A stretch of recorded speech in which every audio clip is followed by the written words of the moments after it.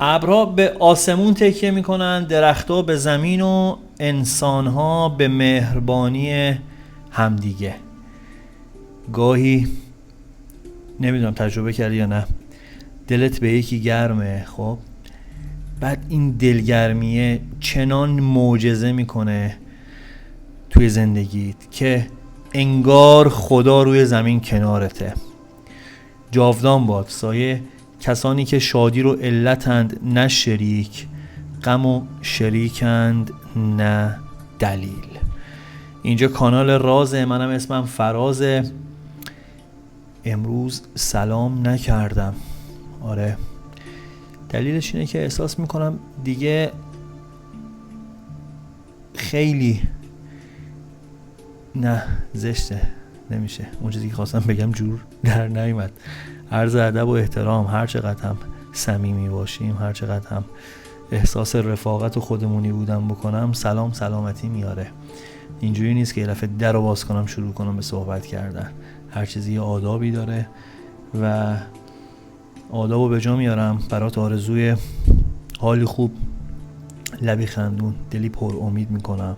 هر کجا هر ساعت که هستی امیدوارم پرچم نصرتت برافراشته باشه و همه چی باب میلت پیش بره. اگر خیر درش سهم بیشتری داره، از خدا میخوام که برات گشایش رخ بده، اون اتفاقی بیفته که نتونی تو پوست خودت بگنجی، همچین دلت قیلی ویلی بره، حالت خوب بشه. یه همچین حالی رو واسه هممون از خداوند میخوام. اگه به تازگی وارد چنل شدی، من وظیفه دارم خب بهت خیر مقدم و خوش آمد بگم و توضیح بدم که توی چنل راز من حافظ خوانی و انرژی خوانی انجام میدم و تمام تلاشم توی این چند دقیقه اینه که بخوام پیامی از دل کلام حافظ به گوشت برسونم که چاره گشای یک سری از چالش‌های روزمره زندگیت باشه. اگر بتونم این کارو بکنم، اگر همچین اتفاقی بیفته، که به خدا خوشحال میشم.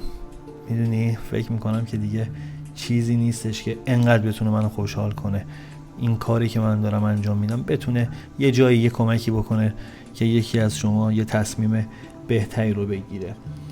و همین، زیاده گویی نمی کنم، با هم دیگه بزنیم به دل ماجرا، ببینیم امروز حافظ با چه غزلی چه پیامی برامون داره. در نتیجه طبق عرف هر روز من چند ثانیه سکوت میکنم تا تو رفیق جانم چند ثانیه فرصت داشته باشی که بتونی تجسم کنی، تخیل کنی، تصور کنی، تمرکز کنی هر آنچه که در انتظار اتفاق افتادنش هستی.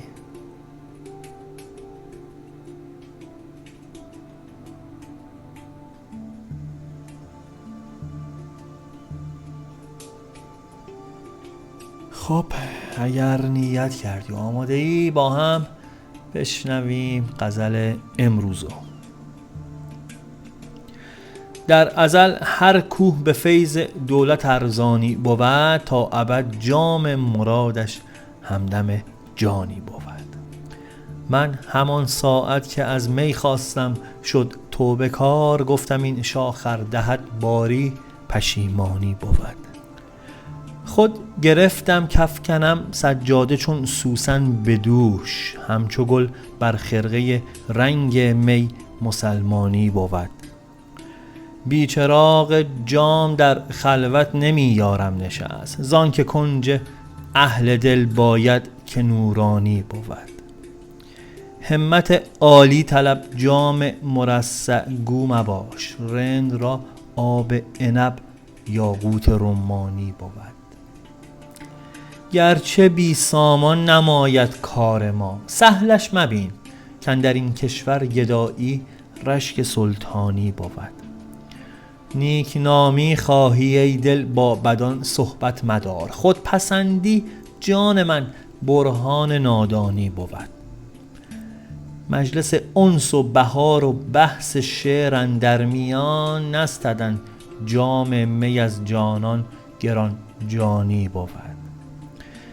دی عزیزی گفت حافظ می خورد پنهان شراب، ای عزیز من نه عیب آن به که پنهانی بود. خیلی سخت بود خدایی. بریم با هم ببینیم چه پیامی برای امروز من و تو داره. این غزل از لسان غیب حافظ شیرازی. در ابتدای تاریخچه این غزل اینو باید بگیم که چیزی که قریب به یقینه اینه که در زمان حکومت امیر مبارزالدین باید سروده شده باشه که به حکم جبر زمان حکومتش حافظ از باده نوشی دست کشیده. اینو بدونیم، بریم سراغ ابیاتش ببینیم اونجا چی داره برامون. میگه که من همان ساعت که از می خواستم شد توبه کار، گفتم این شاخر دهد باری پشیمانی بود. بنده خدا میخواسته باده رو بذاره کنار، به نوعی توبه کنه. میگه من از همون وقتی که تمایل پیدا کردم که باده نوشی رو بذارم کنار، از همون اول میدونستم که اگه قرار باشه این توبه کردن میوهی بده، اون میوه جز پشیمونی چیز دیگه ای نیست. به هر حال همونجور که گفتم به جبر حکومت اون موقع بوده که نمیتونسته باده بنوشه و خیلی باب میلش نبوده ظاهرا این ماجرا.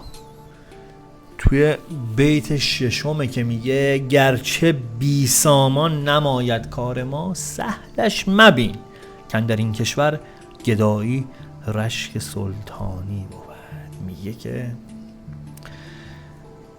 هر چقدر هم سرانجام کار ما برات حقیره، هر چقدر هم که میبینی اوضاع من اونجوری که باید باشه نیست، به چشم خاری بهش نگاه نکن. به هر حال اینو بدون که توی کشور عشق، دولت عشق، سرزمین عشق، فضای عشق، اتمسفر عشق، گدایی مایه حسادت پادشاهانه. اینو به خفت خاری نگاه نکن، اینم برای خودش عالمی داره که تو از سرش بی اطلاعی.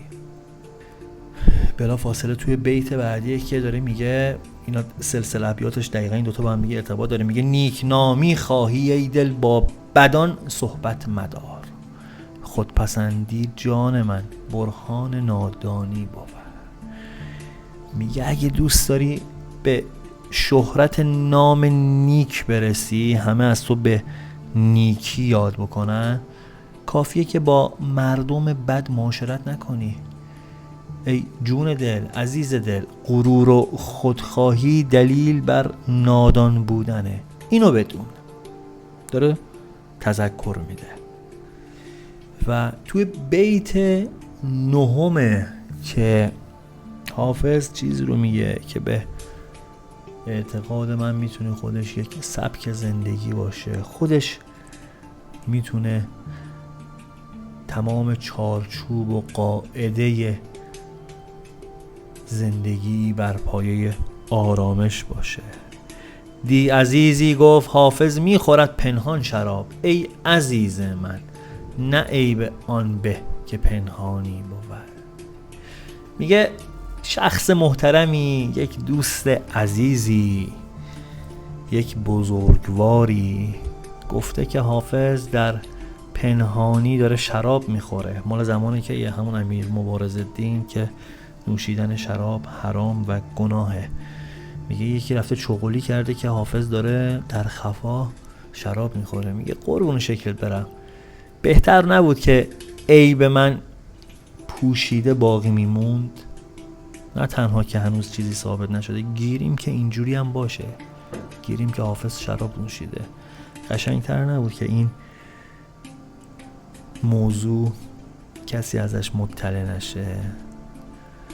و این که حتی اگر این باشه، کاری که تو داری میکنی بدتر از اون شراب نوشیدن من در خفاست. اون خیلی بده. ای کاش همینجوری باقی میموند این گناه من. روی گناه من تو یه گناه دیگه که بدگویی و پشت سر من حرف زدن است یه رفتی اضافه کردی.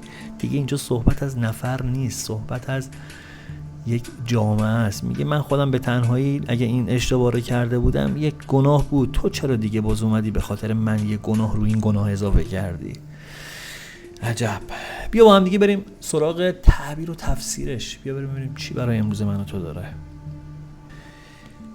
پیامو میخوام اینجوری شروع کنم با همون ابتدای غزل که رفته حافظ کاری رو انجام داده و گفته که در همون ابتدا میدونستم که اگر بخوام باده نوشی رو کنار بذارم، اگر قرار باشه این تصمیم، این اراده من یک میوه بده، اون میوه جز پشیمونی چیزی نیست. پس همین اول اینو بهت بگم، اگه قصد داری که راه و روش خودتو تغییر بدی، حالا یا توی سبک زندگیته یا توی بیزینسته یا توی زندگی که داری انجام میدی، اگر تصمیم جدیدی میخوای بگیری، کاری میخوای انجام بدی، اونی که مشورت کردی، اونی که خداگونه است، اونی که درش نقش مثبت مثل جفشیش نشسته که کاری نداریم، بذارش کنار. خب اگه تصمیمی میخوای بگیری که سرش دو دلی، یه گوشه کار میلنگه، یکی از اطرافیانت نسبت بهش با نگاهی مثبت باوری خوب و خوش نداره و اینکه اصلا اگر راجبش با کسی مشورت نکردی از ترس اینکه قضاوتت کنن، از ترس اینکه جلوتو بگیرن، داره میگه قربون شکلت برم، روزه شکدار نگیر.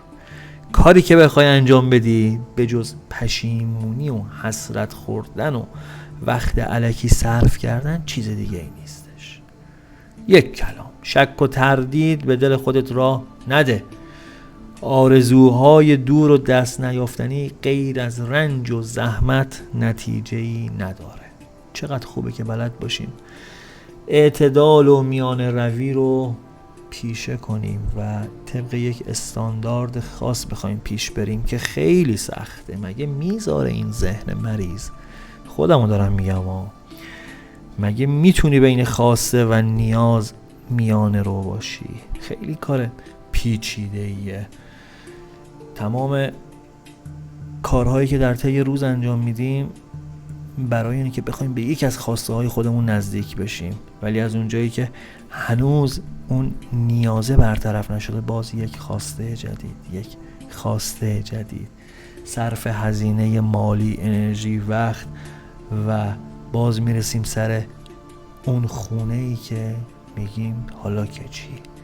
اینم به دست اومد، چرا حالم خوب نیست، چرا ماشینم عوض شد ولی اون حال خوبی که میخوام درش نیست، چرا تمام اون تصویرهایی که مثلا با یه ماشین خوب، یه زندگی خوب، خونه خوب تو ذهنم تصور و تجسم میکردم، چرا اون حس شادمونی رو ندارم، چرا از درون حالم خوب نیست؟ چرا؟ دلیلش واضحه، چون اینا خواسته ها بوده که رفتم سراغش، نرفتم دنبال تأمین نیازها که اون خودش هزاری داستان داره که شاید الان توی این پیام جاش نباشه بخوایم بگیم. فقط خواستم ذهن تو یک سیگنالی بهش داده باشم بین اینکه امروز بدونی دنبال خواسته هات هست یا دنبال نیازت.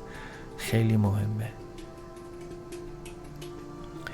پیام بهت میگه که هر جا مقصودت معقول باشه بهش میرسی، مثل برطرف کردن نیازها. در صدد برطرف کردنش هر موقع بر بیای انجام میشه. پیام ازت میخواد که خودپسندی رو کنار بذاری، با بقیه دوستان یک دل باشی. چقدر خوبه که ما انسان ها تو روابطمون دنبال نقاط مشترک باشیم، نه دنبال نقاطی که ما را از همدیگه دور میکنه. چقدر خوبه که جایی رو برای خودمون احساس تعلق بهش بکنیم، به جای اینکه بخوایم به زور خودمون رو توی یک محیط، یک جامعه، یک ارتباط، یک شرایط بخوایم نگه داریم. شاید خیلی از مواقع موفق بشیم این کار انجام بدیم، ولی آیا بازم اون حال خوب رو تجربه میکنیم؟ با خودمون باید صادق باشیم دیگه. امروز حداقل این که خدا توی زندگیمون هست، حداقل حضور و داشتن این فضیلت که داریم با خدای خودمون یکی میشیم، داریم دعا و مراقبه میکنیم، اینه که با یک نفر صادق باشیم و چقدر خوبه که اون یک نفر اول خودمون باشیم دیگه. نمیتونیم خودمون رو گول بزنیم. برای یه همچین شرایطی اطرافتو بشناس، افراد بدطینت و باهاشون نشست و برخاست نداشته باش تا تو هم به گمراهی نری. افرادی سعی در این دارن که توی رقابت‌های حالا کاری، اجتماعی، فامیلی، هر چیزی که هست تو رو از گردون رقابت‌ها حذف کنن. حواست باشه به اطرافت و این رو هم بدونیم که با داشتن یک برنامه ریزی و یک نظم، هر چقدر کوچیک، هر چقدر ناچیز، بتونیم به موفقیت‌های بزرگ دست پیدا کنیم.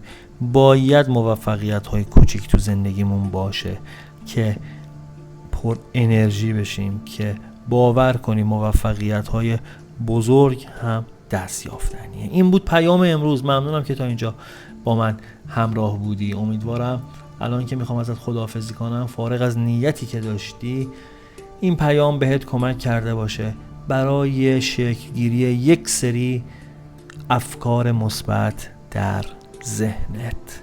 پوینده باشی و پایدار.